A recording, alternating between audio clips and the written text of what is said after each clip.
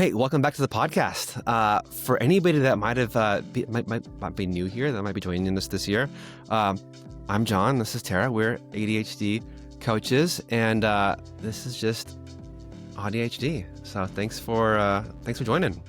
So today, with Valentine's Day coming up, it being a new year, we wanted to do an episode about love, all about ADHD and love and or autism, more accurately, love.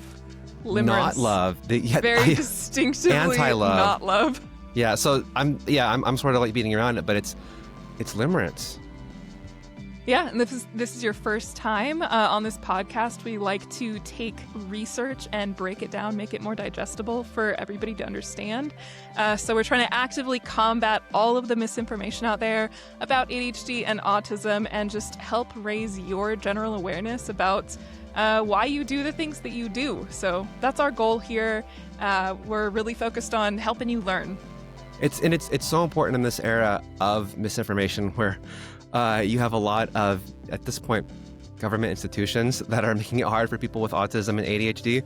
So that's one of our big missions here, is really trying to fight misinformation and just make it relatable.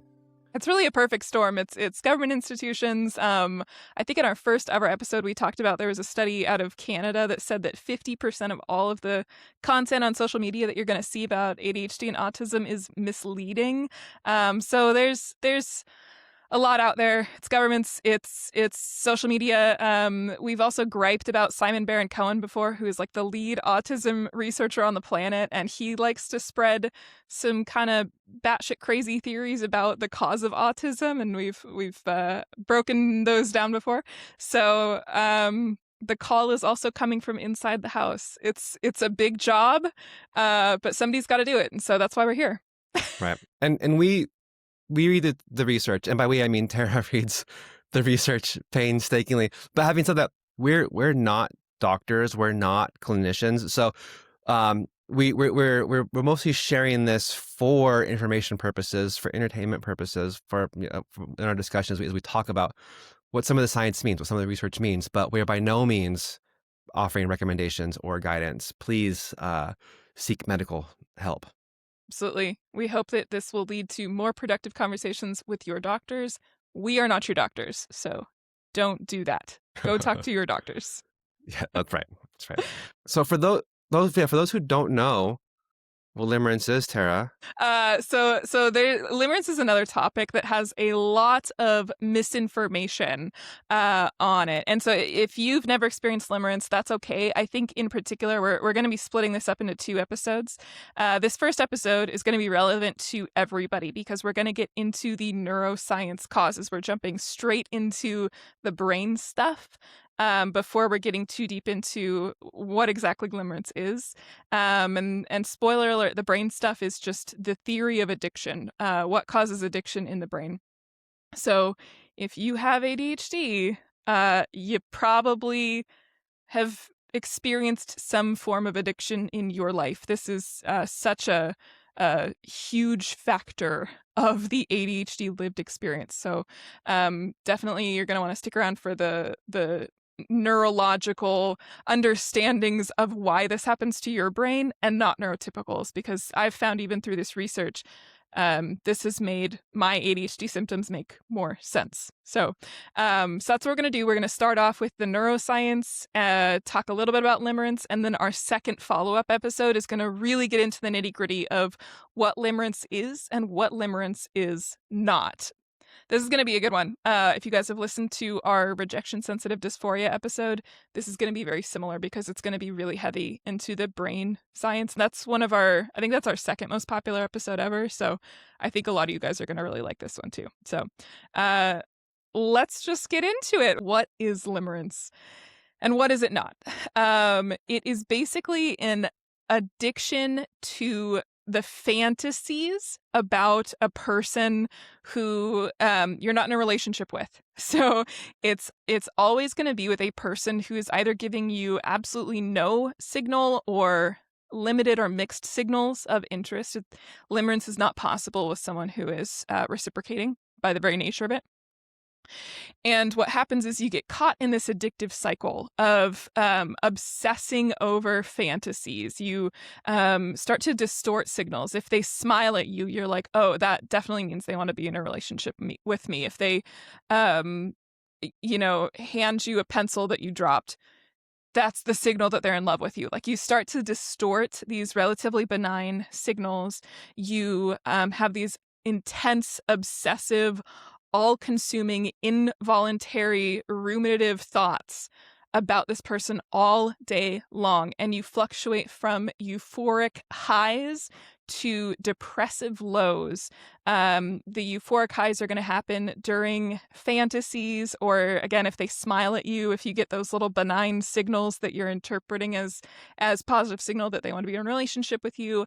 And if they don't text you back, or you get some sort of negative signal, you're going to swing into a depressive low. So it's really a pathology with intense, overwhelming emotions on either end. And it's going to be, at a minimum, for it to be considered limerence, at least like 3 months long. But the average on surveys is that it lasts at least like 4 years on average, with some Whoa. people it lasting a decade or longer. And so that's a really big thing. A lot of people with ADHD, I think, misinterpret what limerence is, because they think it's that intense feeling when you first get a crush, but that is distinctly different. That is not Infatuation, right? addictive. That's infatuation, right? That's fairly normal. People with ADHD might experience it more intensely than the average person, but it is not addictive. And it's not new relationship energy because the person is reciprocating. You're not getting those mixed signals. The Mm. mixed signals are a necessary ingredient in this cocktail in order to start the addictive cycle. So it's very distinct from new relationship, from infatuation. It is its own thing, and it is definitively the throes of addiction. So This is so when you were telling me about this being similar to addiction, that was surprising to me at first, right? Because you hear about limerence in social media, and like you see it online, and it's like, oh, it's just like it's infatuation, it's a crush, right? It's like you want the person that doesn't want you back, and it's heartbreaking, right? But to hear you talk about it being like addiction, I thought yes. was really interesting. And there's a couple of things you were talking about that I was like picking up on and thinking about that makes a lot of sense, I think, with ADHD brains. One is the fantasy piece of it, right? Like, no surprise, I think we are extraordinarily imaginative.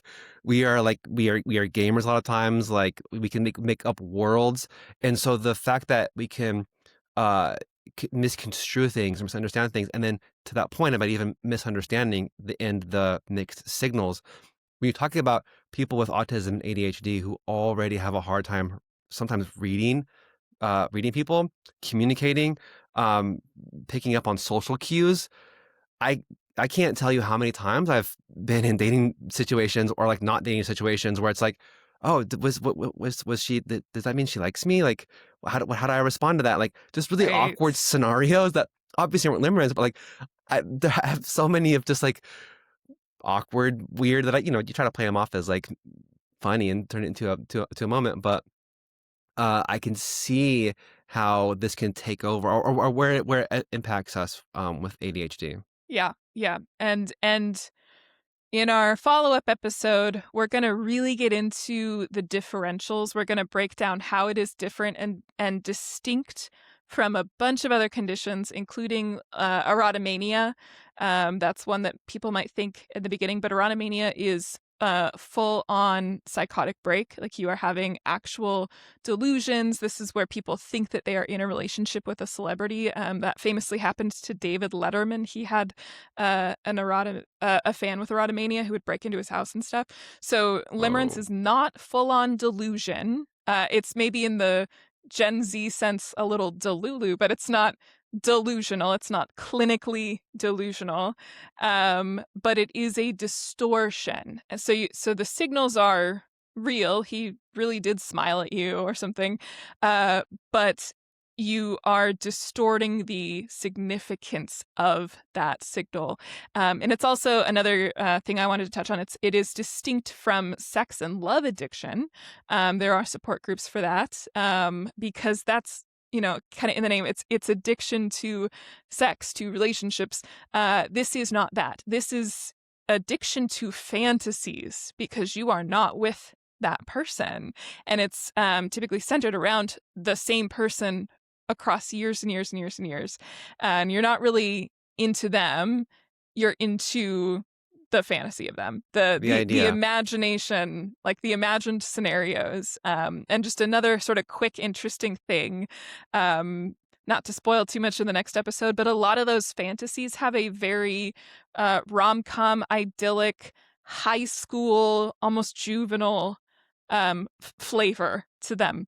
It tends to be sort of naive fantasies that even people who are in the throes of limerence can probably kind of identify are like, a little high school. It's in the same way that like a high schooler, like you think of Romeo and Juliet, right? Where it's like, I love him, he's the only one for me, and you're like, girl, you met yesterday. Like, Those teenage emotions, they will run hot. Yes. So it's very similar to like a teenage style fantasy where it's like, we're going to be in love forever. And there's also often a component of either them rescuing you or you rescuing them. So just very much fantastical, right? It is interesting too that it can go on for so long. I didn't realize that either. So Yes. it's like I wonder if that plays into the addiction side of it. Because I just thinking about addiction, right? It's like you have to have there has to be something to come back to. Like it's sort of keeping you interested enough, right? And so there's got to be like that dopamine hit, right? When you think about things that are addicting, right? If we even think about like social media and like this, like the infinite scroll, like there's a dopamine hit of like what's going to be there. And so my guess, and I'm curious like how much we get into it here, but like if it's somebody We are that going to get into the dopamine hit, which is also a misnomer. It's not actually. It's oversimplified to say that it's a dopamine hit. We're going to get into all of that brain science, which is really exciting. But yeah, it is kind of like that. And that's part of why, by necessity, these are people who are inaccessible to you. It could be your sibling's spouse. It could be a friend. It could be a coworker. It could be, sometimes it is a celebrity, stuff like that. Because if it's someone who kind of is in your inner circle and you're having interactions all the time, and you have clear-cut communication, like one of you is not otherwise unavailable, fantasy dies really quickly. And so that's part of, definitionally, it becomes addictive because of the inconsistent signaling. wow, yeah. So let's talk about that.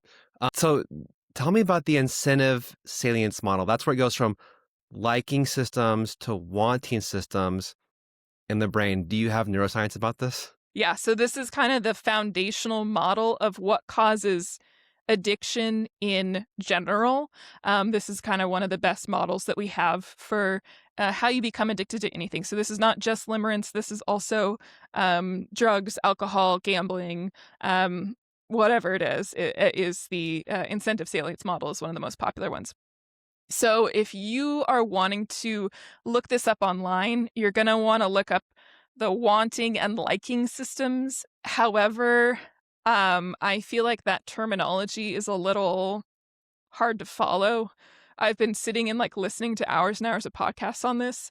And so I'm going to use slightly different terminology that I think is a little bit more specific. But just note that if you want to do further research on your own, you're going to want to Google wanting to liking model, and that's going to give you hits. So I'm going to call it the motivation system and the reward system because that's a little more explicit. So these are two separate processes in the brain. We actually did not know that these were separate processes until the 1980s. And so that's where you get this misnomer of dopamine being a happy chemical. It's not. Dopamine does not cause euphoria or joy or anything like that. Dopamine is actually more for motivation. And when we talk about dopamine as being a happy chemical, it's from that sort of 1980s era neuroscience where they did not realize that these are two separate processes in the brain, the motivation system and the reward system. They thought it was all one. But what they did, a couple researchers gave rats medications that fully block dopamine receptors. They basically shut off their dopamine system, thinking that they wouldn't feel pleasure. And that's not at all what happened. So rats are very similar to humans. They really, really like sweet foods, and they'll kind of lick their lips when you give them something sweet. And if you give them something sour, they'll kind of like pucker. They don't like it, like a baby. Like if you give a baby a lemon and they kind of have that visceral reaction. So easy to read. Rats do that too. And so they shut down the dopamine system in the brains of these rats, and then they gave them sweet foods. And they still reacted positively. They still love sweet foods.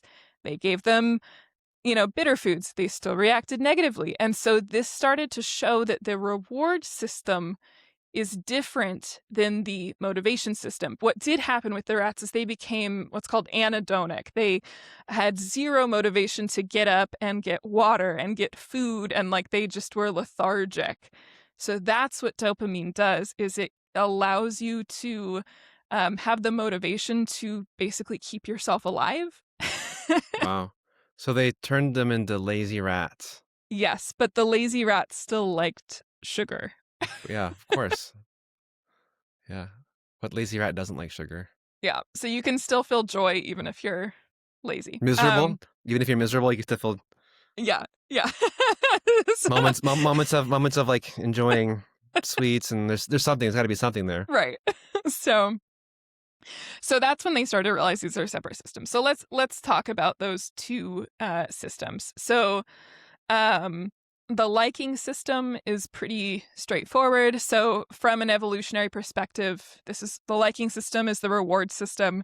It rewards us for doing things that keep us alive or facilitate reproduction, keeping the human species alive, stuff like that. It gives you, so how when you're thirsty and you take a drink of water and it like physically feels good, that's your reward system. And these are called hedonic hotspots. That's the part of the brain that's controlling this. It's a hedonic hotspot. And so the hedonic hotspots have receptors for endocannabinoids, opioids, GABA. And so when you're getting a reward, it releases the chemicals that latch on to endocannabinoid receptors, opioid receptors, GABA receptors, to give you that little sort of pleasure hit. Or like if you're hungry and you finally eat food and you get that little pleasure hit, that's what's happening. So then you also have what addiction researchers call the wanting system, which I'm calling the motivation system. And this is your dopaminergic pathway. So dopamine is... You have dopamine receptors in several different systems of the brain. This is one of them. And this is the mesolimbic pathway. And it is impaired in ADHD. If you remember in the rejection-sensitive dysphoria episode, we talked about the prefrontal cortex. That's another system that involves dopamine that also is impaired with ADHD. So this is a different system that also has impairment because... damn it, dopamine is important. Yeah, and so we're already at a deficit here. Yeah. Right? Yeah. This is why it's like this is why those little studying tricks work so well. It's like when you're studying, have like a Skittle per page you have to read, or like have Mountain Dew, or like Sprite, have a sugary drink while you're, because they actually help you with your motivation to actually stay on track. Fun fact that we're going to get into later, they help us less than they help neurotypicals. The neurotypicals, they really do have it all. The world is their oyster. Because that part's impaired for us too, but we'll get into that. So we need twice as many Skittles to get the same effect as a neurotypical. That explains so much. Yay us. So this is the mesolimbic pathway. The mesolimbic pathway is the motivational system, and it requires dopamine to power it. It is triggered. It can be triggered by cues. So part of it's internal, right? You're going to trigger this if your body is physically hungry. That's going to trigger it. It can also be triggered by external cues. So if you are walking by a bakery and you see a slice of cake, and now you're suddenly very motivated to go get cake, that was an external cue that triggered it, right? You weren't thinking about cake a minute ago, but now that you have seen the cue, now you have that flood of motivation to go get the cake. So this is why when people have addictions to alcohol and stuff, you have to get it out of the house, because when you see the bottle of alcohol, it is going to flood with dopamine to trigger this pathway to get you motivated to go get alcohol or drugs or whatever. So that's part of the importance of eliminating external cues. Wow. Is this why when I watch the British baking show, it turns me into a baker? Yeah, Why yeah. like I then all of a sudden I have to make everything I'm seeing on the screen? Yeah, it's a very sensitive system that's impaired if you have ADHD. ADHD, dopamine is such an important chemical. It's really unfortunate for us. So the hedonic hotspots that we were talking about, your reward systems, they're little like modules. Like think of them as little nuggets. The hedonic hotspot nuggets are directly embedded in the limbic system. And so they're interacting with each other, but they are not the same system. So that's what researchers started to figure out in those experiments in the 80s. It's not the same system. It's different chemicals. It's a cascading effect, but not the same thing. So dopamine is often mislabeled as the happy chemical, but dopamine does not get you high. It controls motivation. It controls fine motor control, movement, task initiation.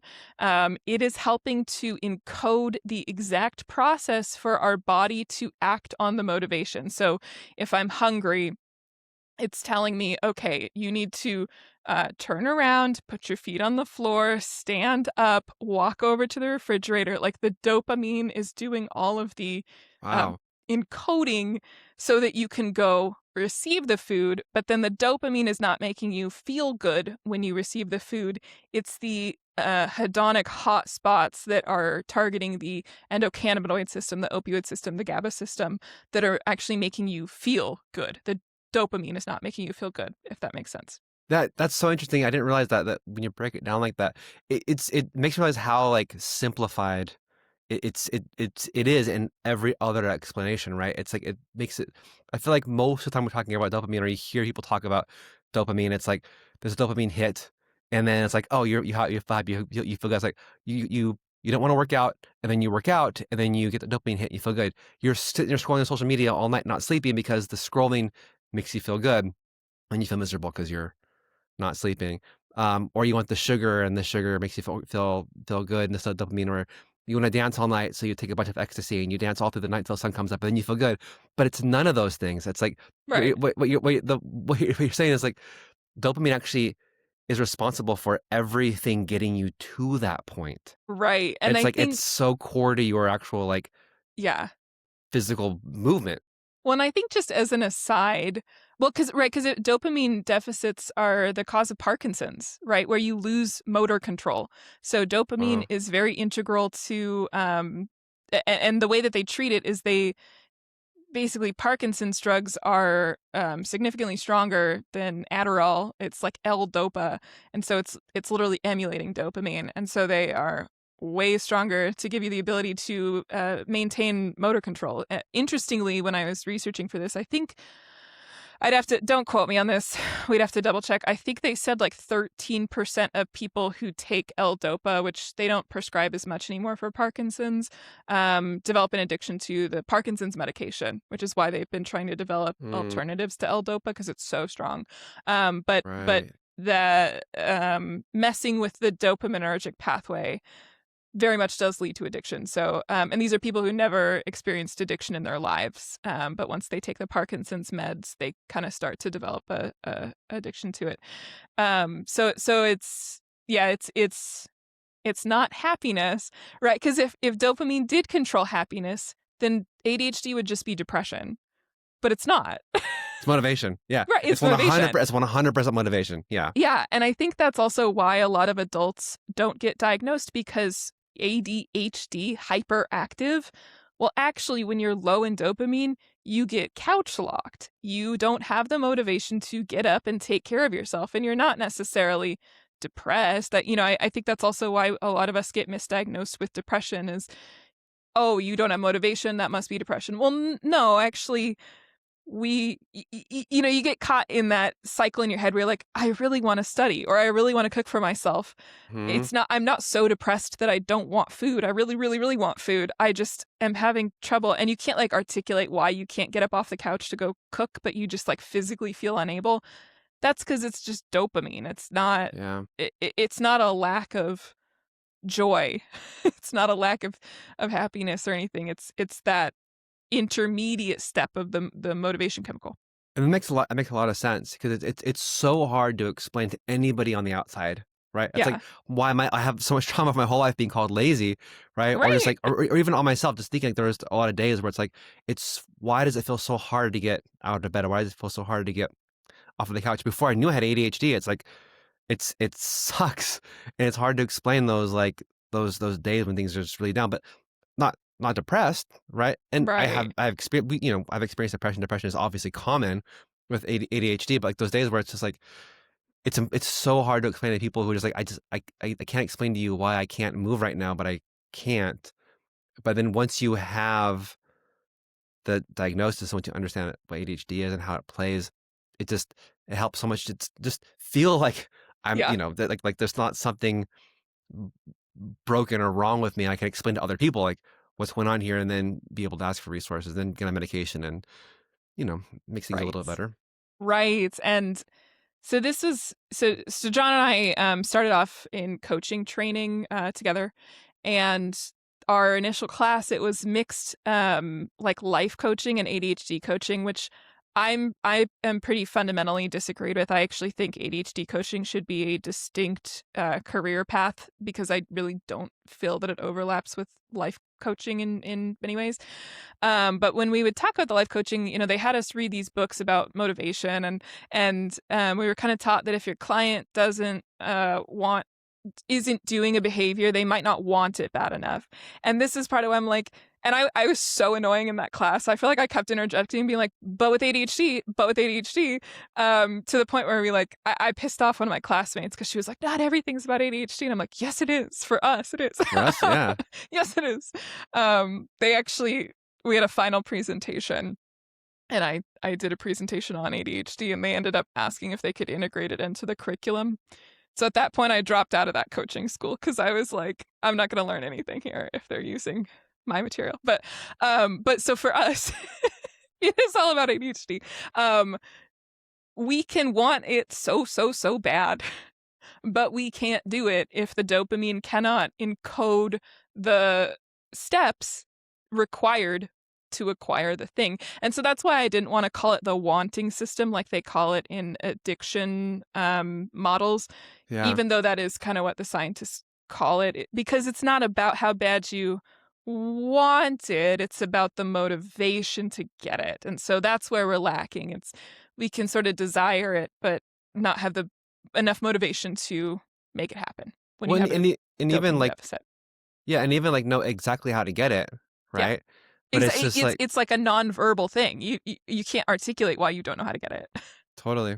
Yeah. Yeah. So you're just like stuck. And that's how we get stuck a lot. And that's why, like, and I've even worked with people where it's like, once you get the path, once you get like, there are some techniques to get over that motivation hurdle, right? Like just getting like proximity, is getting close enough to, if it's doing the dishes, getting close enough to the sink, turning the water on, those little things, right? Like taking those steps can help because it's once you start doing something, it's easier to stay with it because you've got the motivation at that point than it is to start it to begin with, right? Or when you're studying, right? It's like, oh, just open up the book or like start start watching some videos or listening to music, something to get you in the in in the space to begin the Yeah. activity that you're You got to grease the otherwise, wheels.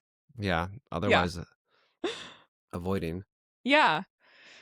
So so that's how the system works normally. Oh, and by the way, the firing rate of neurons in the mesolimbic pathway, so in that motivation pathway, think mesolimbic equals motivation, increase during anticipation of the reward, not from receiving the reward. And this is going to be a really important part Huh. later on for addiction. Interesting. So you're firing off dopamine when you are anticipating getting the reward, but the dopamine is not actually congruent with eating the cake. It's, oh my God, I'm going to get cake, but not happening because I received the cake. The receiving the cake, that's your other system. Those are the hedonic hotspots. Those start firing when you start eating the cake. So it's two separate systems. Which is why I love the British baking show so much. Right, I love seeing the cake. Like, this is why the Food Network exists as a network. Yeah. Right. This is why like there are so many baking shows, because just seeing it. Yeah. Yeah, that one's dopamine, and then when you receive it, it's not dopamine. Then it's not. Yeah. Then it's like that gets you to the cake. And then it's the hot spots. That. Yeah. Wow. Yeah. So keep that in mind. That is a critical factoid when understanding how addiction works. So we're gonna try two different metaphors here. Okay. So I'm going to start with the shorter metaphor. I think it might be a little bit more confusing, but I really want you guys to understand this. So we're going to do two different ones, and hopefully one of them works out for you. So metaphor number one is an electrical circuit. So with the electrical circuit, and so the dopamine is kind of the power that's going through it. And then you have a bunch of light bulbs on the other end. So for whatever reason, when you take a drug or something like that, you're not adding in extra dopamine. You had very low motivation the first time you took heroin. Like the very, very first time. You're not super, super motivated or craving it or anything, right? But the heroin is way too freaking much. And so it just blows out your circuit breaker. The bulbs are too freaking bright. And so your hedonic hotspots, the reward system is like, holy shit, this is too much. And so it's sort of like blowing a fuse. It's like blowing a fuse. It blows a fuse. And so to protect against that crazy surge, your brain starts to downregulate. It's going to dim the lights. It might even take them out of the circuit altogether. It's going to add in a bunch of surge protectors to buffer against it, because it's like, oh my God, this is way too much. However, the motivations, so that's the reward system. It's trying to protect you against the surge. The motivation system doesn't know that it's doing that. The motivation system goes, oh, how cool. It didn't take that much to get a lot of lights. I'm going to do it again. But then it doesn't get as much output the next time. And so then it's going to actually ramp up the power. You're going to start sending more dopamine through the system. And then the reward system goes, oh my God, too much. And it's going to continue to downregulate. It's going to continue to remove bulbs from the circuit. But the motivation system is like, why am I not getting as much out of this? So it keeps sending more and more power. And so that's how you get into an addictive cycle. So that's one metaphor to understand it. I don't like that one as much. So I have another metaphor, but I just want this is how you go from like, one cigarette every now and then to all of a sudden like a pack a day. It's like, why am I smoking 2 packs a day? Yeah. Yeah. So to step back and use the other metaphor that I think it's a better metaphor, but I just wanted to start with the quick one too, just in case. Ironically, you can think of this like gambling, even though gambling is also one of the things you get addicted to. So your dopamine system, your motivation system, it's kind of a cheapskate. It wants to get as much reward as possible, spending as little money as possible. And so you're going through your day, you have your slot machine for drinking water, you have your slot machine for eating food, and that's kind of a predictable system, and it's got a max payout. We'll call it 100 happy chemicals. Okay. So you put $1 in, that's a dopamine unit. You put $1 in when you eat and you get 100 happy chemicals out. Great. Maybe you haven't eaten in 12 hours. Well, your brain's going to go, okay, I'm going to double the reward. And so now you put it in the slot, you get 200 happy chemicals out because you really, really needed it. So that's how your brain kind of attenuates like what to motivate you towards. It'll amp up the reward and that's why food, maybe you went on a long hike and you haven't eaten a lot, and, right after that, how food tastes better. Or like you haven't gone to the bathroom in like 10 hours and it feels better, or you're thirsty and then water just tastes better. That's because it's amped up the reward. It's kind of Because you really loosened the needed slot. to. Because Yeah, you really needed to eat, and you right. really had to pee.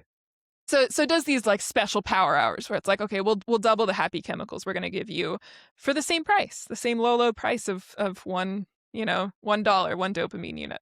But it's painful. It's painful to like go that long without eating and peeing. And that's why your brain is like, we need to get this idiot to put the coins in this slot. Come on. Um, so then when you take drugs again, or behavioral addiction too, right? This is true, both chemical and behavioral addiction. It's crazy. You put in a dollar and you get out 1,000 happy chemicals. And one of the talks that I was listening to, I think they were saying methamphetamine, so meth, is literally like 10x the upper limit of happy chemicals in your brain under like normal circumstances. So normal circumstances would be like a fantastic day. You got your bonus check from work, and you got engaged or whatever, like it's like 10x the like biological normal max, right? So your motivation system is like, holy crap, I put in $1 and I got out 1,000 happy chemicals. That's crazy. You I didn't am have to gonna work. go to this slot machine again. Yeah, you didn't have to work for it. You just got it. Yeah. And the other thing is that it uses less dopamine for predictable outcomes. So inconsistent rewards are, behaviorally speaking, a lot more addictive than predictable rewards. So this is another Mm. really big component of it. So eating and drinking and stuff is kind of a predictable reward. And so like if your little dopamine motivation system is a gambler and it's got a plan ahead for how much money to bring to the slot machines, it's going to know, oh, that one's an inconsistent reward. I'm going to pack double the coins, right? So it's just found this crazy slot where you can put in $1 and you can get out all the happy chemicals. That's crazy. So it's like, okay, I'm going to go back. But the reward system is like, that was way too big of a payout. I'm going to downregulate it. So it puts it in next time. It only gets out 900 instead of 1,000 happy chemicals. And it goes, what the hell? I know that I am capable of getting 1,000 out. So I'm going to put another one in. And again, the reward system goes, oh my God, we just put out 900. We got to downregulate. And so what's happening in your brain, it is literally desensitizing the endocannabinoid receptors, the GABA receptors, the opioid receptors. And in some cases, it is killing them off. So you physically have fewer receptors and they are less sensitive. And once your pleasure receptors have been downregulated that much, Mm-hmm. you get less pleasure from just normal things, That's right. right? So the next time you go and put a slot in, $1 into the slot for food, you might only get 5 out. And it's like, why would No. I put it in for food and get 5 out when I can, even though it's only 900 on my heroin slot, Yeah. that's still better. And so it's And going to keep trying to hit that same high that it initially hit. And so it is amping up the amount of dopamine that it's sending through while ramping down the amount of reward chemicals that you're getting out at the same time. And that's withdrawal, right? That's why with like addiction, it just makes life feel meaningless. Why like withdrawal is such a powerful. That's exactly right. Life literally feels meaningless because nothing else can give you that same level of pleasure. And you have downregulated to where that's your new norm for for happiness. That's your new norm. So one of the talks that I was listening to from a doctor about this, he was saying they've done MRIs on they've had drug addicts come into hospitals and they haven't drank water in several days. They're like literally so dehydrated. And so they'll do fMRIs where they will give them water and look at what part of the brain lights up, how much it lights up. Again, they are on the verge of death. Like, this is not just giving a regular person water. They're so freaking dehydrated because they have forgotten to drink water. And then they ask them, hey, think about whatever drug they take. And they, again, scan it with fMRI. it lights up so much more. And so Well, their motivation to take the addictive substance is many factorial stronger than their motivation to stay alive. and it's just thinking about it, right? It's just thinking. It's like the anticipation of it is what does it. And And again, like the point we said earlier, the dopamine gets released anticipating the reward, not receiving the reward. right, right.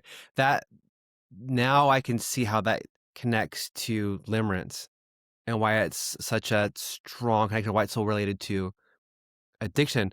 Because if you're misreading these signals from somebody, or you're like thinking about it, or there's always that what if it these inconsistent rewards, and the inconsistency is what makes it uh so addictive, right? Then that's why limerence can be so addictive. Well, and fantasy is a hell of a drug because you can procure it at any time on demand. You don't have to go out of your way to go buy alcohol. Your brain can make it up on the spot. And so it's very hard to pull yourself away from it too. And so that's why, again, the average length of limerence, and there's really a dearth of studies. There's not enough research on this. So who knows if this is going to be accurate 10 years from now. But what we know right Yeah, now, the average length is probably around 4 years.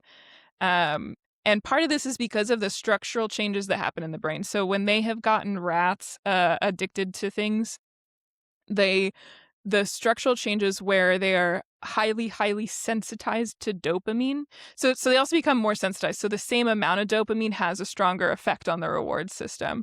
So one coin will go twice as far. It only takes 50 cents now instead of $1. So the structural changes happen. The cravings feel stronger. The hedonic hotspots are weaker. This persists for half of the lifetime of the rats. It doesn't just reverse. And in humans, in the brain scans, they're saying it takes several years for these structural changes to reverse. wow, So you go talk to someone who's formerly addicted to drugs. 2 years later, you have them imagine taking that drug or drinking alcohol, and it's still going to light up the same way as it did totally. when they were still taking the drugs, because it takes so long to reverse the structural change in the brain. Yeah, that makes a lot of sense. That's why it's so hard to quit addictive substances. It's like I could see it, especially if it's thinking about it or even seeing it, right? With alcohol, when you see the alcohol, like you want it. If limerence is the addiction to the fantasy, and it's the like inconsistency, and you're seeing the person, you have that constant trigger there. Especially if you were like, sometimes they look at you in a favorable way, sometimes they look at you in a not favorable way, and you have to get back in their favor, right? I could see how all that plays together. Well, and the triggers are not just the person for limerence. The triggers can be a romantic song or a like so jumping ahead a little bit, the way that people have had to kick limerence, part of it is just time. It can be so emotionally exhausting that like you become almost too fatigued to go on after every day of your life for 4 years having these extreme highs and lows. Like at a certain point your body kind of gives up.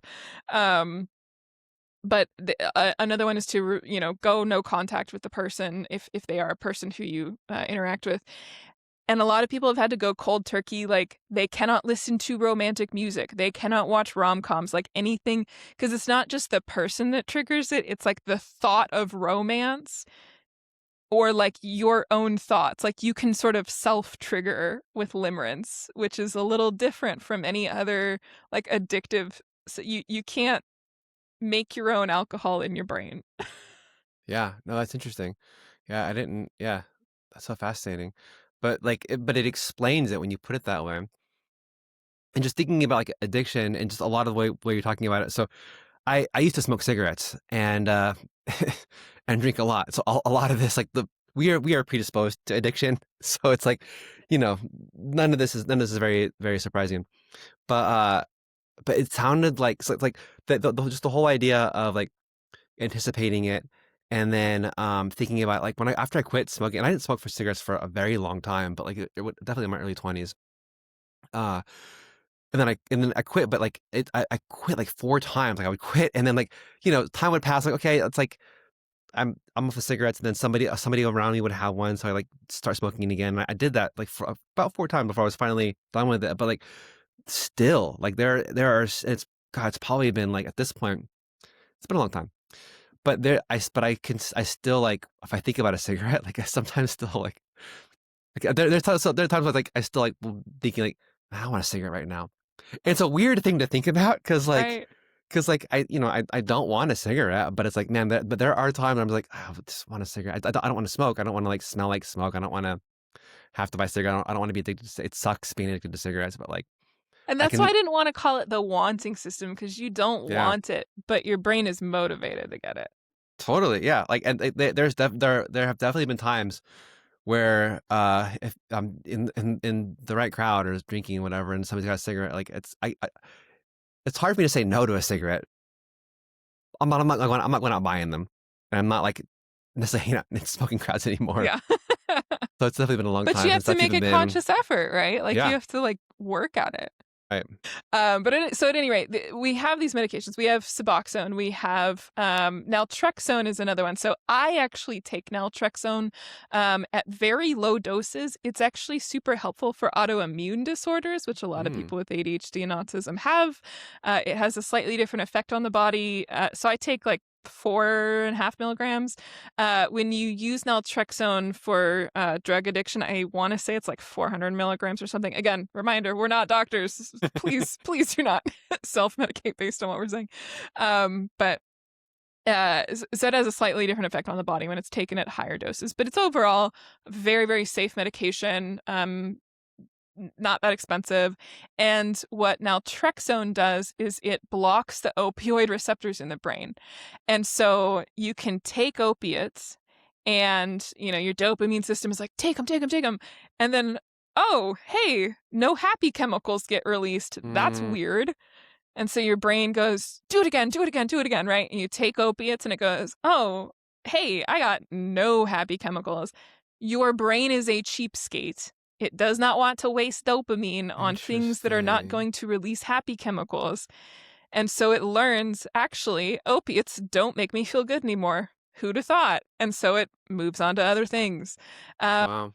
these medications, methadone is another one kind of in that class. They all work a little bit differently, but more or less the same idea. They are hijacking this system and making it not as direct of a line. They're like 75-80% effective.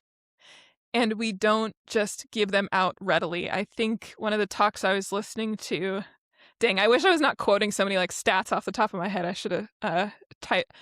Some of these I listened to while I was driving, and so I couldn't take notes on the exact stats, but we'll put it in the show notes. I think they said only 10% of patients who have addictions receive these medications.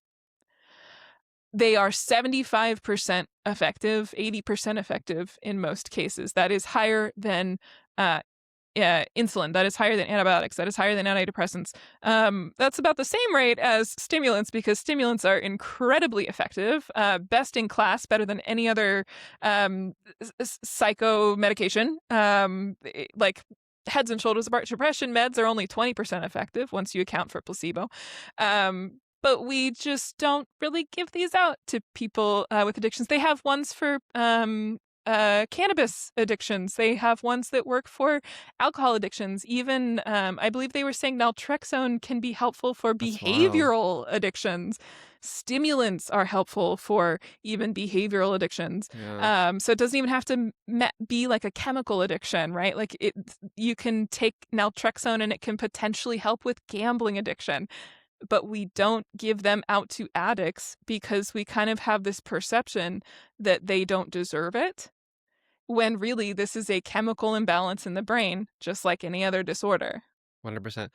Wow. So I mean, that's unfortunate. And again, we're not doctors, so we're not recommending anything. But if any of this sounds like it would be worth talking to a doctor about, Please, by all means. please. Yeah. If any of this sounds relatable or familiar, um, yeah, like at this point, reach out to a doctor, talk to a doctor about it. Like there are these things for addiction. Coming Yeah, back and to hopefully you guys can understand why addiction is so hard to beat now, because it is fighting your body every step of the way, and why relapse is so common. It's not a moral failing, you guys. Like, I'm sure a lot of listeners have gone through this yeah, in one form or another, right? Whether it's a chemical addiction or a behavioral addiction of some sort. We talked about in our video game episode, you can have gaming addiction, right? hmm Um, this is just a common thing for us, please do self-advocate if you are trying to get over an addiction of some sort. The societal cost of us not giving these medications out that are relatively benign, they're well tolerated. Like I said, they will give you naltrexone pretty easily if you have an autoimmune disorder. I have absolutely no problem uh, taking that. I can take it into pretty much every country. I can't take my stimulants into every country. which It's not a is scary drug. It's it's a which is very wild. yeah. Wild. It's a whole it's a whole. Well, that'll be a whole other episode of Yeah, getting stimulants in I other just get countries. I get so worked up over because I it's know, I like know. it makes drug dealing more profitable when we keep people addicted, when we don't help people. So you are enabling these gangs that are drug dealing, which can absolutely wreak havoc on the local communities. I know that's a kind of growing problem in Europe, like Rotterdam. They're having more and more in Sweden, growing issues with gangs that are dealing drugs, and um, we could make it not profitable if we treated addiction like a disease, because then people could actually kick the habit, right? And keeping people incarcerated, huge societal cost, huge taxpayer burden, huge just burden taking talented, smart people off the streets, right? You you have your whole life ahead of you when you kick addiction. You could do amazing things, but you can't do amazing things if you're sick. And so it's just a deeply upsetting thing to me to realize that we really do have tools that can help people get over addiction, that we are massively underutilizing. Yeah. So we've been talking about addiction. We've been talking about some of the way addiction manifests, how it works with our brain chemistry, um, and even some of the drugs that can help with drug addictions. Coming back to limerence, but now I know with addiction as neurodivergent people, we're definitely like more susceptible to addiction. We're more likely to be addicted to everything, Yeah, anything. anything, right? Because the dopamine, Yeah. right? That's why, I feel like this episode is relevant to everyone, because you might in your head be like, well, I've never been addicted to drugs. I've never been addicted to alcohol or whatever. So this doesn't affect me, but I think even making these notes myself, I've realized I've definitely had behavioral addictions, right? You can be addicted to video games. You can be addicted to fantasies about other humans. You can be addicted to just about anything behaviorally with ADHD. And I guess even the Great British Baking Show. Yeah. I didn't realize. Um, so we're more prone to addiction, uh, and that makes us more prone to limerence. Yeah. So there's kind of two components. So the research is murky about whether or not neurodivergent people are actually more prone to limerence. Based on what people say on the internet, it seems like that is the case. However, I also think people on the internet misuse limerence to mean lust. You'll see people on Reddit saying, like, after one date, if someone's like, I can't stop thinking about him, they're like, that's limerence. No, it's not. It's not limerence at all. That's just regular old lust. And we feel that more intensely too, right? Um uh, we get really excited about new people, and then we kind of get bored of them. That's a typical ADHD cycle. But that's not addiction. That's not true addiction, right? So there are two pieces of the pie on why we are probably more prone to limerence, but again, there is so little research that we can't say for certain. So this is all kind of speculative. But piece number one is, why would we get more happy chemicals in the first place than the average person? And piece number two is, and why would that lead to addiction? So we've kind of been talking about the second component. Why does that create addiction in us? And just to kind of go over some stats, the general population, 5% of them have substance abuse disorder. These are all approximate, kind of depends on the study. We're 3 times as likely to have substance abuse disorders. About 15% of ADHDers have substance abuse disorder. 33 to 44% of younger people with ADHD have alcohol misuse or dependency. So that's a crazy high stat. We are 5 to 10 times more likely than the general population to have full-on alcohol addiction as adults. If you go to an alcohol or substance abuse treatment center, 25% of the humans in that center will have ADHD, even though we make 5% of the population. So we're massively overrepresented in like rehabilitation centers. Between 34 and 46% of adults who seek treatment for cannabis use disorders have ADHD as well. So we are just more prone to it. So part of that is because when we're talking about that sort of slot machine metaphor, we're cash poor. We just don't have as much dopamine. This is different for different people with ADHD. So ADHD is controlled by probably thousands of genes, is what it seems like. And those can impact different parts of the neurotransmitter life cycle. So from life to death of dopamine, you create it, you transport it, it's floating around in your brain, you reuptake it, you recycle it. Some people have deficiencies in creating dopamine. They are literally just not spitting out enough dopamine. Some people have normal levels of dopamine, but they're just like, they're like sucking it up too fast. They're reabsorbing it too fast. Both of those people have ADHD. This is why some people react better to methylphenidate, so the Ritalin family medications. Some people react better to amphetamine, so to Adderall family medications, because Adderall's working more on dopamine creation. And this is all oversimplifying, but methylphenidate or Ritalin is more blocking reuptake, but it's not making you make as much. So that's why different meds for different folks. We have different flavors of ADHD.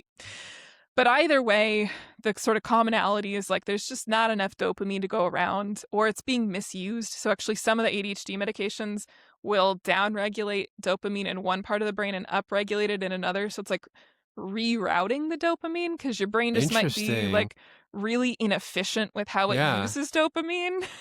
So that's another sort of factor in what could be causing your specific flavor of ADHD. But so at any rate, we're cash poor. like if you go to your dopamine slot machines, we might have half as much cash in our pockets. And so your brain really wants to use it efficiently. And so if you find a slot machine that's going to have 100 times the payout of another one, you better believe you're going to be putting all your dopamine in that one, because you just don't have enough to go around. Seeking it out. You're seeking it out everywhere. Yeah. And so this is where they have found, if you, particularly with children, if they take their medication consistently, if you take stimulants consistently, your risk for addiction normalizes. And so then you're at the same risk as the general population. Because when you're not, cash poor and you have enough dopamine, the body can do a little bit better with that. So things are not going to be as sticky. They're not going to be as addictive. Because there's enough dopamine to go around. So my 20s would have been so drastically different if I'd had an ADHD diagnosis and was on medication. Yeah. Yeah. Yep. Meds can be super helpful. It's really a shame the way that they get stigmatized. I think it's all kind of, the sad thing is it's all sort of the same people, and it's like you're getting stigma for ADHD medications, you get stigma for addiction, you get stigma for addiction medications, and not just having the willpower to tough it out, right? Like stigma for blacking out on the dance floor and waking up in the gutter again.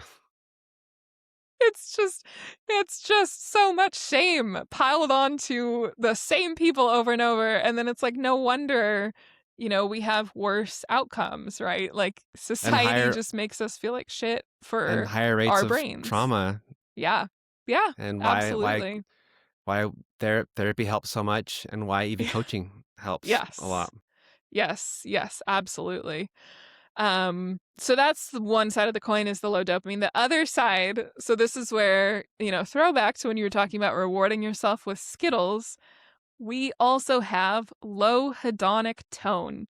So remember, these were called the hedonic hotspots in your brain that give you the reward center. Our reward centers are weaker. They're just not as sensitive. Um, this is true with depression. This is true with ADHD. And if you have depression and ADHD, have I got news for you? Your hedonic hotspots are extra, extra, extra weak. It's great. I'm Uh, screwed. Is this so? Is this what this makes me think of it? Is this why it's like it's never enough? Enough is never enough. mhm. I find myself like always when I find something that's like satisfying or I enjoy something, it's like enough is never like I love ice cream, right? And so like I can never I'll have a little bowl of ice cream and it's like that was great. I would like another bowl of ice cream now. It's like you can't it's like you're never satiated, right? Yes. So I'll read the quote from the study. It's pretty much exactly what you're saying, but in bigger words. So I think you said it in a more concise way, but they say it can be hypothesized that individuals suffering with genetically lower set point or lower hedonic tone. So think of that as like your baseline happiness. We'll need to do more to feel neutral or euthymic, which is like contentment. Euthymic is like contentment, resulting in an increased need for stimulation. In part, this may manifest as seeking external stimulation, such as dangerous or risky behaviors and substance abuse, or internal stimulation, like fantasy. That's why I wanted to highlight this quote, because they literally list fantasy as one of the ways to manage hedonic, low hedonic tone. Fantasy is what limerence is. It's a fantasy addiction, a romantic fantasy addiction. And those will raise their hedonic tone. Regardless of the choice to externally or internally raise their hedonic tone, patients with this trait would consistently attempt to cope by finding ways to maximize pleasure and raise mood from their low baseline tone. Furthermore, when stimulation is absent, individuals with low hedonic tone would be hypothesized to experience a shift towards that individual's more usual lower hedonic tone and therefore suffer a drop in their mood to their more common baseline dysphoric state. So if you don't have stimuli, you will fall down to a lower low that other people would consider more of like a depressive level. Wow. So we're not, if you have just vanilla ADHD, it's not as low as like the baseline for depression, right? Because like I said earlier, ADHD is not depression.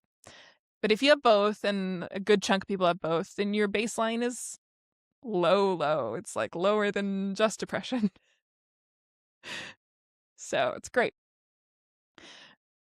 So the ripple effects of this are kind of interesting. So individuals with low hedonic tone may be unable to anticipate expected reward, to ascertain the amount of effort required to attain the anticipated reward. Gosh, what does that sound like? ADHD. And to engage in goal-directed behaviors required to attain a reward. So this is why sometimes we overcommit to things and we're like, oh, I'll just get a PhD, right? And you're like, crap, I didn't realize how much work that's going to be.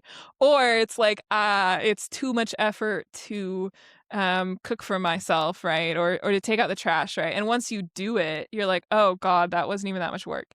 It's Yeah. because of our low hedonic tone, our brains are unable to anticipate the sort of dopamine to reward ratio. So they're not able to think about how many coins you have to put in the slot Mm. machine to get out the appropriate amount of happiness chemicals. It just has no freaking clue. It's like an unlabeled slot machine.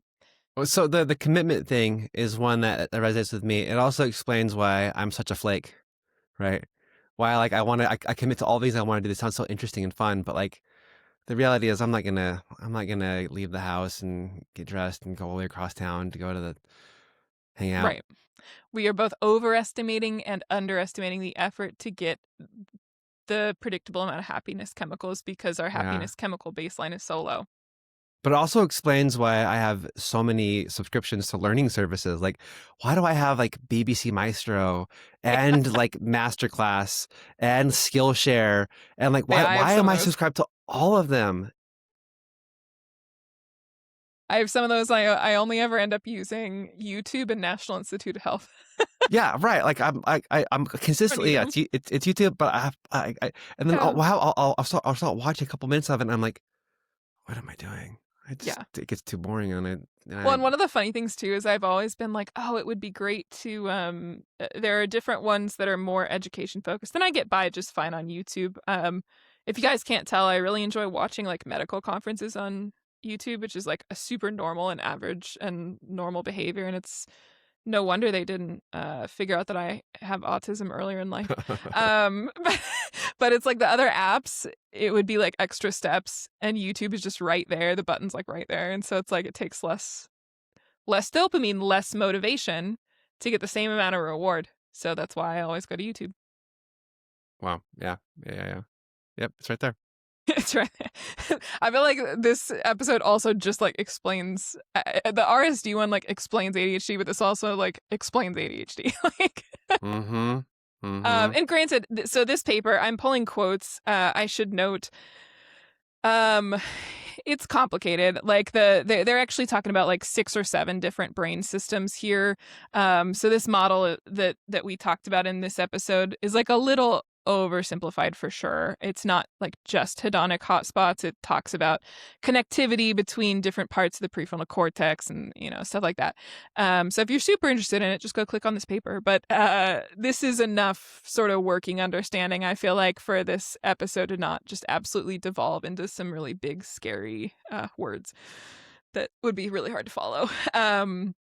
Anyway, in addition, it has been proposed that those with a low hedonic tone require higher volumes of positive experiences to raise their natural hedonic tone to a more euthymic tone, so neutral, like content, which is often accomplished through substance abuse or risky behaviors. They also said people with low hedonic tone have a reduced capacity to integrate reinforcement over time and to respond to more frequently rewarded cues. This is why it's impossible for us to form habits, because our Mm, brains forget that thing did, like you exercised once and you got the happy chemicals, your brain forgot.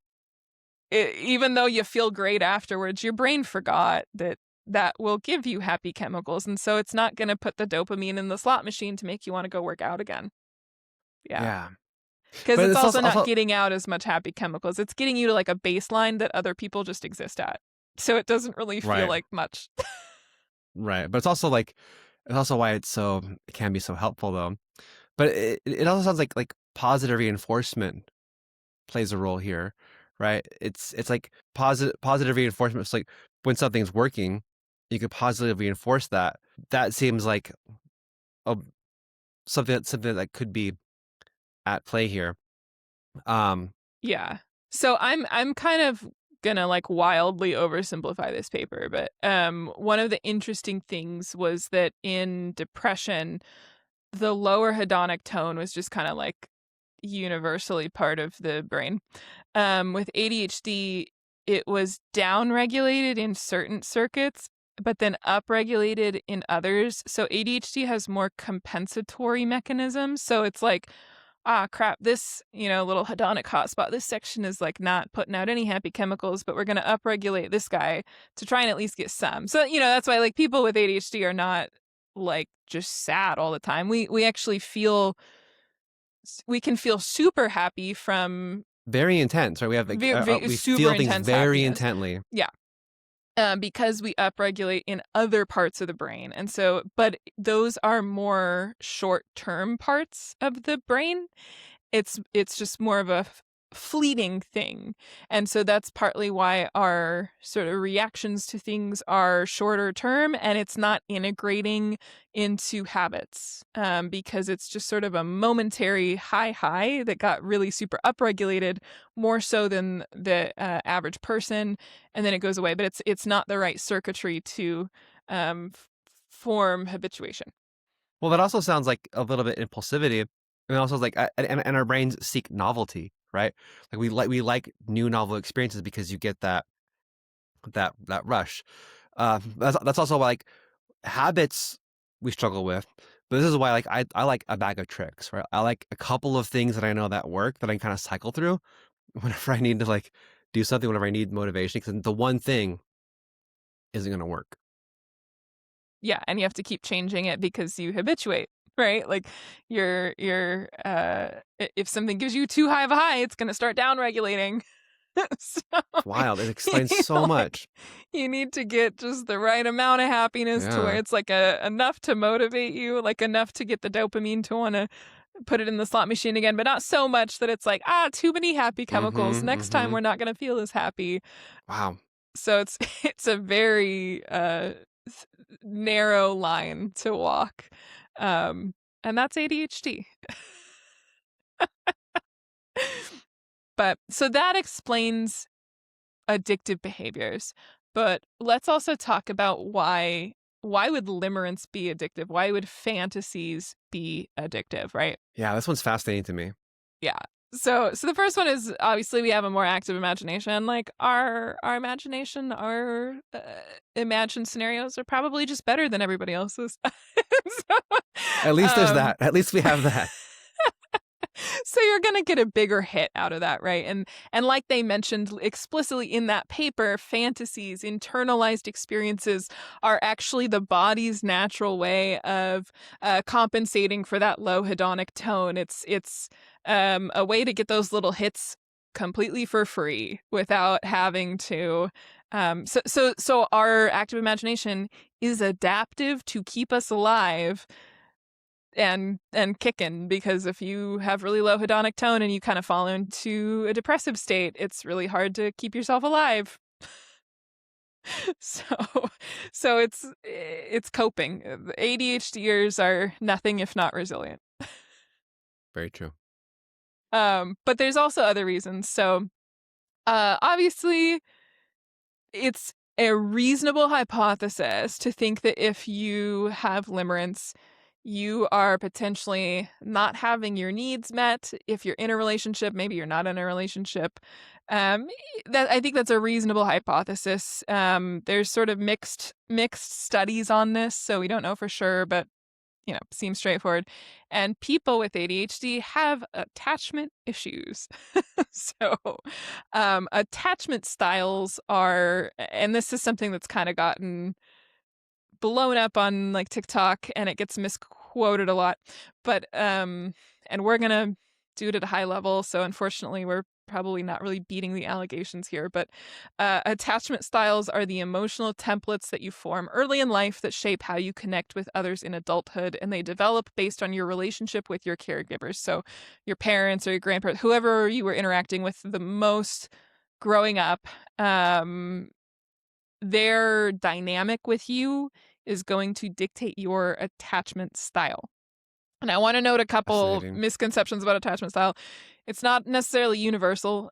You can have like a secure attachment in general, but if you have a super avoidant partner, it might make you more anxious with them, but that doesn't mean that you suddenly Hmm. turned into an anxious attachment style person. So it's not like a global thing necessarily, and you're not necessarily like stuck at the same level in the same way your whole life or anything like that. Like it's very overly simplified on when you see people on TikTok. Like they've almost turned it into a personality test where it's like, you are exactly one of these four things, no more, no less.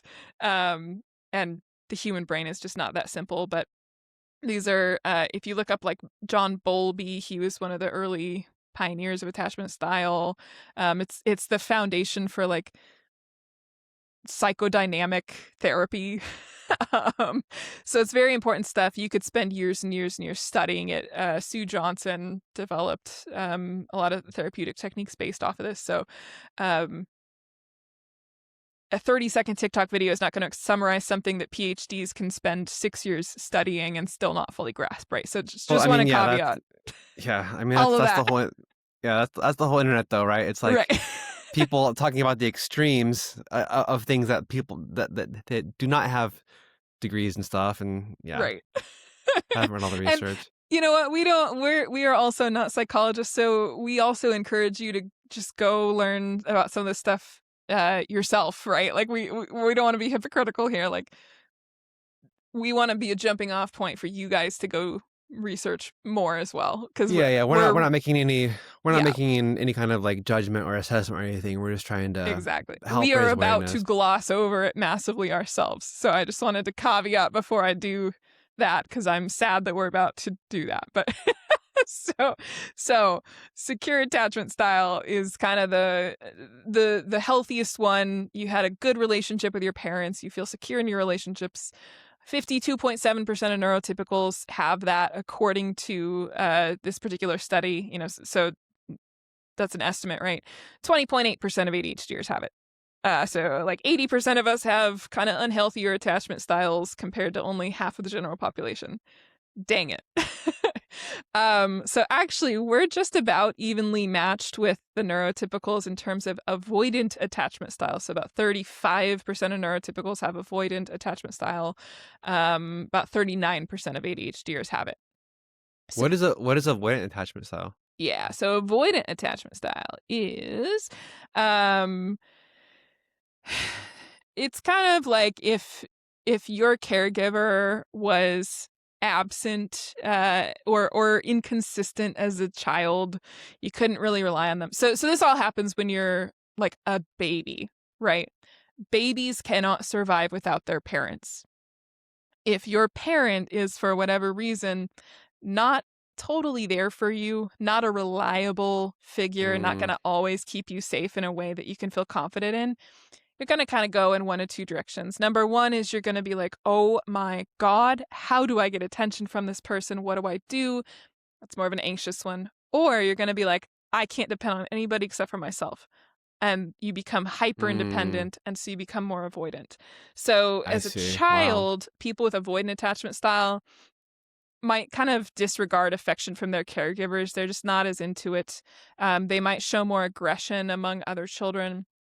As adults, they might kind of have a little bit more antisocial behaviors. They're just not going to be like as expressive. They don't want to rely on a partner in a relationship. They don't like feeling reliant on anyone else. It feels unnatural. And so they're not going to readily give out affection as much. They're not going to need or want affection as much. But deep down, so they've also found you need affection regardless, right? They don't literally not need affection. They just don't Yeah. think they do. So that, of course, is going to make you not feel so happy when fundamentally you do need this thing, but you're kind of like in denial about needing it. Um, Avoidant, if you become a parent and you're avoidant, you might sort of disregard your child's attachment needs or be strict and controlling. And you don't tolerate displays of emotions. You try and make your kid be tough. You tell them not to cry. Like when you think about the parents that are like, men don't cry, you know, suck it up, move on, pick yourself up by the bootstraps. That's kind of consistent with avoidant Got attachment it. Yeah. styles. And that's going to breed kids with avoidant attachment styles, right? The whole theory of like psychodynamics is kind of that these pre-verbal experiences, so pre-verbal meaning when you're like 1 year old, 2 years old, or whatever, and like early childhood experiences are going to dictate a lot of your orientation in adulthood. And so then you're gonna, and again, there's some amazing podcasts on it. We're doing the 50,000 foot view. There are therapists who specialize in this that are going to give a better explanation, but that's kind of the whole theory, is that the way that you had a relationship with your parents sort of dictates future relationships as well, and the way you interact with the world. Yeah. So avoidant is It's like every American father from like the 60s and 70s. Yeah. So no surprise, we're actually like about the same level of avoidant as the neurotypicals. Uh, so, you know, however, we are a lot more anxious. So weirdly in this test, like in this paper, um, none of the neurotypicals had anxious attachment style and 6% of ADHDers had it. That's obviously not true. There are absolutely neurotypical people, who have anxious attachment. But It's just the sample is it just was like just this whatever. sample. Yeah. They probably went for like the squeaky clean neurotypicals and not the messy neurotypicals Sure. when they were recruiting I mean, I'm even surprised that 6.3%. Like that feels relatively low. of ADHDs Yeah. because we have the other bad one at very high rates. So we'll talk about anxious real quick. So anxious attachment is where you're like, oh my god, I need affection um from my parent. These are going to be people who become people pleasers. It's like, Mm, what do I do to get my parent to pay attention to me? And so you might have an emotionally immature parent and you become parentified at a young age. That's going to lead more to that anxious attachment right. style. So you become very responsive and sensitive to other people's needs at your own expense. Yeah, even as children, they become, as children, very distressed when their parents leave, and it's very difficult to soothe when the parents return. So you're just like, oh my God, don't leave me. You have big emotions when you feel like you're being abandoned. Yeah. And so when you think of the attachment can be kind of a spectrum. And so at the very, very, very far end of anxious attachment style, you could look at like borderline personality disorder. Someone with Whoa. borderline, when their partner when there's a perceived rejection, they feel like they don't exist. They feel like they are non-existent because as a child, when you don't have object permanence and your caregiver is gone, you don't really know that you exist when you're 2 years old. So you kind of regress when you have that very, very extreme manifestation of it. Yeah. Oh, well, when you're 2 years old, you probably know you exist, but definitely like younger than that, Yeah, it would definitely. it's that pre-verbal. Yeah. Yeah. Mm-hmm. So as Absolutely. adults, people with anxious attachment style might have more anxiety disorders and be very self-critical and seek validation from their partners and kind of just be always worried about does my partner still like me? Oh my God, are they cheating on me? Wow. So, as a That's parent, if you are anxious, you're going to over-involve your children in your own feelings and emotional needs. mm, You might be leaning on them as an emotional crutch, inappropriately so. They're not your friend; they're your kid, right? Like, but you might be treating them as a bestie. You might struggle with multitasking. You're just kind of anxious and big emotions, big feelings, right? So, the interesting one that a lot of ADHDers have that is not very common in the general population is what's called disorganized attachment style. 6% of the neurotypicals had it in this study. 33% of the ADHDers had it in this study. And unfortunately, this is one of the hardest ones to uh, wrangle. I mean, it's like without. I mean, just like 33%. It's a lot considering 6.3% neurotypicals have us. But when you say it's disorganized, like the disorganized label feels like it fits. Yeah, it's classic. Classic ADHD. No, so disorganized attachment style is the mix of both. So you are both avoidant and anxiously attached. Ooh. And so that can come, for example, if you have one parent who is like aloof and one parent who is overly emotional. And so when I kind of think of the People combination with of ADHD. People. and I was going to say, if you think of the combination of if you have an autistic parent who might be not as outwardly emotional, not as attuned to your needs, and then you have an ADHD parent who is very emotionally dysregulated, and especially when you think of older generations that might not have gotten a diagnosis and might not have learned healthy coping mechanisms, that's going to breed kids with a disorganized attachment style potentially. Yeah. So that might be where that comes from. And so disorganized kids are going to be fearful and express ambivalent behavior towards their parents, approaching followed by distancing. They might kind of lash out or have anger without obvious reasons or freeze in their parents' presence. Um, and it's because the kids are faced with a dilemma. Their caregivers, their only source of safety, are also a source of fear. Because it can be, it Wow. doesn't necessarily have to be like abuse. Now, disorganized attachment is certainly a much more likely outcome if you were in a abusive household. Um, but it doesn't necessarily have to be outwardly abusive. It could also just be like, if you have a parent with like really, really big emotions and unpredictable emotions, that can be scary too if you're a child, right? Like that extreme unpredictability and not knowing if you caused it or how to fix it or how to sort of get your parent locked into where they can like take care of you again, like that can be scary as well. Well, Um, children need like consistency and stability, and whenever those things don't exist, yeah. Yeah, but and so with the disorganized attachment style, you're gonna avoid emotional intimacy, but also crave it, but you also feel like people are gonna hurt you, and so you're gonna be kinda anxious and be like, do they like me? And then they might show positive signal that they like you, and you're like, "Oh, get away." And so be sort of clingy and demanding, but then dismissive and rejecting, and you're gonna oscillate between those two extremes. Um God, does this feel familiar? it's, it's the it's the one just for us. No, It's like you're describing my entire dating life. so if you become a parent with disorganized attachment style, you might struggle to build emotionally intimate relationships with your children. You might sort of be ambivalent or inconsistent or unpredictable, and that might scare your kids or confuse them. They don't really know what to expect out of you because one day you're super affectionate and the next day you don't seem to care. And so you're hot and cold, right? Or you oscillate between like being super fun to be around and then just like completely violently snap Yeah. while you're on an Yeah. alcoholic bender. Yeah. So, of course, if you have any of these attachment styles, um, y- you can reduce the impact that they have on your life, like with awareness and working on yourself.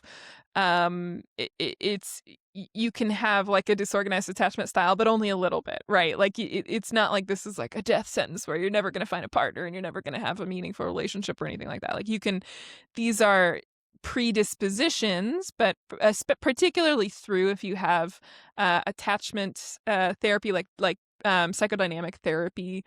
This is the whole point of psychodynamic therapy, is to allow you sort of form an attachment with your therapist, and then through working with your therapist, you form a healthy, secure connection, which helps to retrain the brain to understand what a secure attachment looks like. And so some forms of therapy are like not very good for ADHD and autism. In particular, there are some books out there about why like cognitive behavioral therapy does not work for autism. I kind of think, and there's not enough research. There's never enough research.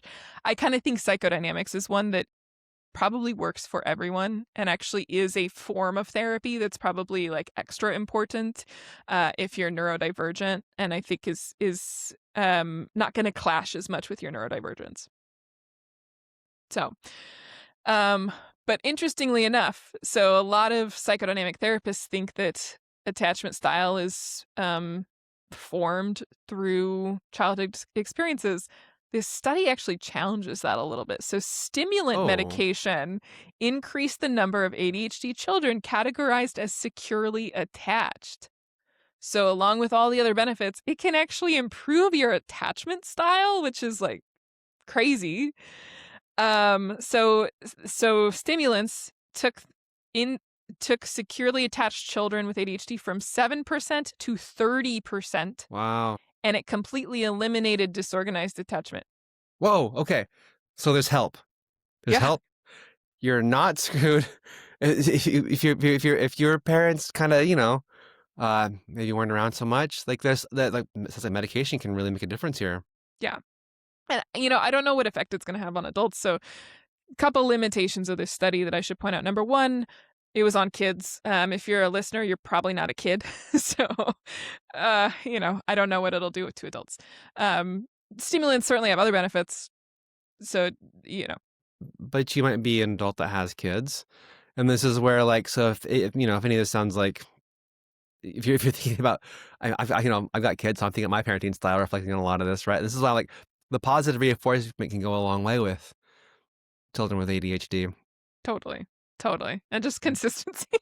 Consistency, yeah, right. Just whatever you do, Which don't is give them tough. the disorganized attachment style. Yeah, but the Um, consistency is tough though when you have ADHD, right? I think it's about this a true. lot because like I I mean, I think definitely that's why we have more disorganized attachment, right? right It's because our parents have ADHD. yeah, and I'm aware of this stuff. I'm thinking about how I'm parenting, and like there are definitely I reflect this a lot because there are times where I'm like really engaged with my kids, and I'm just like playing like immersed in their because like again we're good at fantasy, so it's all world building. I'm super immersed in their games and world building, but then there's times where it's just like I don't have energy, and so like my kids have to see me oscillate between like super engaged in their like fantastic world building, and then like sorry I'm on the couch, I can't do anything.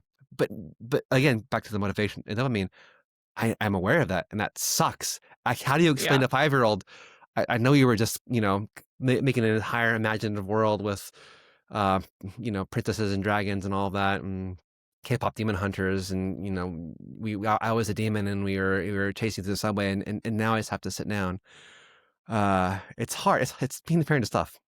Yeah. I mean, it's the tricky part with psychodynamics is you don't want to fall into a trap necessarily of like blaming all your parents for all your problems for the rest of your life. And some of the historical roots were a little bit like mom shamey as well, which Mm, modern psychodynamics is not like that. But you know, the 70s were not as good of a time to yeah, women in particular. But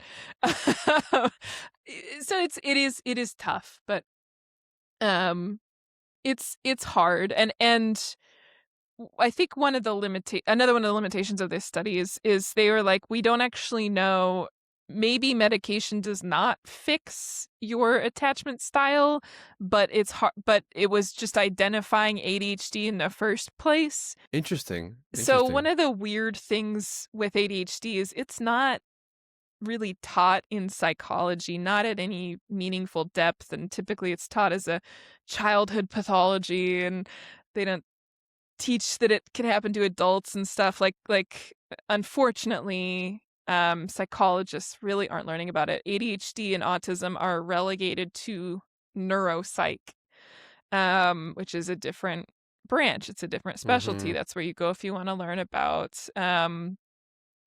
dementia or car crashes with traumatic brain injuries or stuff like that. So we're kind of lumped in to that category because you're born with it. It's not acquired, if you will. But the unfortunate part is that then I think these two fields compete. And so, it's not like they created attachment style tests with ADHD in mind. And Sure. so attachment style tests might just be picking up on your ADHD a little bit to begin with. And so they were like, maybe we've not Wow. discovered that we have cured, disorganized attachment style with stimulants. Maybe we have found that ADHD looks an awful lot like disorganized attachment. And then when you take your stimulants, it actually reveals that you had a more stable, securely attached attachment style underneath the hood. So Yeah. that's one of the limitations of this study. They point that out. Who knows? Yeah. Uh, yeah.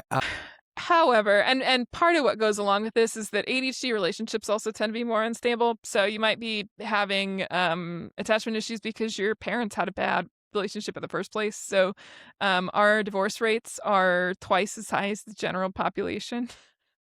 So, but again, they do note even on these websites, stimulants and proper treatment and coaching and stuff like that can help to even out that higher risk of divorce rate. It seems like that double divorce rate tends to correspond more with undiagnosed or untreated ADHD, and this is a really good realm for coaching, I would say. So the stimulants obviously help the chemical deficit. There's this chemical deficit there, but pills don't give skills, and so learning how So to true. learning how to Yeah. interact with your partner in a healthy way and coming up with strategies, particularly if like one partner has ADHD and the other one does not, coming up with compassionate strategies. That is a great area to cover either with a relationship therapist or like with a coach who specializes in ADHD. I would say no matter what, though, if you're going to go that route, find someone who specializes and understands ADHD. You Yeah. can make it so much worse if you go into like a couples therapist that doesn't get it, and then they're trying to fix behaviors that are just part of your ADHD and kind of blaming you for it and stuff. Like that's a very real possibility. So whether you go the coaching route, the therapy route, both is great if you can afford it. Get specialists who understand ADHD. Ideally, they have it themselves, because there are just certain things. As much as you want to research ADHD, I do think that lived experience is hard to Totally. replace. Yeah, yeah. And I Um, mean, this is a big one. This is like why I wanted to get into coaching myself, because like once I got on medication, it made a huge difference. But like it's what they weren't, to your point, pills aren't skills. So it's like it helped. It was one part of the equation, but there was still this whole other side of things where it's like, oh, now I know what this stuff is. Now I know about like ADHD, and like I can't get off the couch sometimes, and I can't perceive time, and all the motivation stuff. I know about that. The medication's only one piece of it, and the coaching helps with the other side of things. yeah. Yeah. Once you have enough dopamine to have the motivation to do things, now you Yeah, got to learn how to do those things. right. So, and so just to wrap it up, the other kind of reasons why people with ADHD and potentially autism have more predisposition to limerence is that limerence corresponds very strongly with low self-worth. So we'll be talking about it in the next follow-up episode, but one of the things that really sets limerence apart from other behaviors, like stalking rates, for example, don't seem to be really higher in limerent people Hmm. because limerence is very strongly associated with shame and guilt, whereas Oh, stalking is generally with the intent to intimidate and assert power over the target. And super limerent fascinating. people aren't trying to intimidate the target in most cases. Um, they are kind of addicted to the fantasy, but they usually don't even want people to know that they are having limerence in the first place. Like it's usually this like sort of shameful, dirty little secret. So limerence is just generally not about exerting control or entitlement. In many cases, people think that they are not worthy of what's called the limerent object, the person that they're fantasizing about. They call that limerent object. They think that they are not worthy of the person they're fantasizing about. And so that's where you see a lot of these fantasies that revolve around like they rescue me or I rescue them, like kind of that sort of Mm, juvenile high school fantasy again. Because then you would deserve them, right? Or you'd feel deserving, right? If there was some sort of like rescue scenario or some sort of rom-com scenario. So, so that sort of low self-esteem, that guilt, is obviously very classical with ADHD and autism. And so that might sort of predispose us in the first place to not experience relationships up front, but to sort of, limerence is safe because you can't get rejected. You're experiencing the highs and lows of a relationship from afar, like you're on the outside looking in. And so that's almost a safer way to do it without getting outright rejected. So and the social isolation is another factor, a lot more common for neurodivergent people, right? So your needs are probably not being met if you are socially isolated or if you don't really know how to um, ask for them with your partner, or your partner doesn't understand you, you don't feel good enough for your partner. So because you can have many people have limerence even though they're partnered, and it's not that they're going out with the intent of cheating. Again, this is a completely involuntary addiction, um, they're not like trying to cheat on their partner. But if their needs aren't being met, it could kind of predispose them to this fantasy world that becomes more addictive. And then if you are more isolated, and you kind of talk to your friends about it or something like that, you're going to be getting fewer reality checks where your friend sits you down and is like, honey, he's not into you, right? And so the isolation prevents the reinforcement that like this is a fantasy that is maybe distorting some signals here, right? Like we're getting our wires crossed, and he gave you his pencil. That does not mean that he's in love with you. Right, right.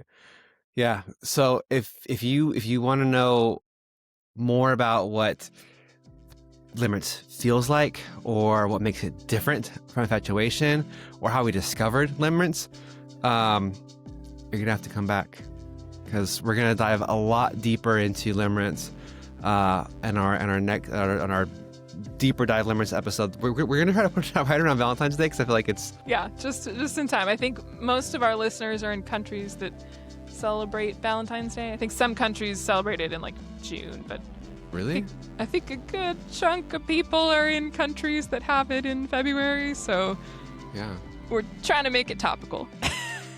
And if you've listened this far, please give us a like and subscribe. It goes a long way for a small town like us. God, I think we're a little over the 1 year mark now, right? Yeah, I think that's right. Consistently. Yeah. So like like and subscribe really helps the channel grow. Yeah. So thanks Yeah, for and thanks for comment. sticking through Let it. us know what you want to hear. If you have any questions, we love getting your comments and responding to those. Yeah, and let us know if you've experienced limerence, or if you know somebody that has, and maybe you don't want to talk about it, or maybe you do. Yeah, that'd be awesome. Cool. All right. Till next Thanks. time. Thank you.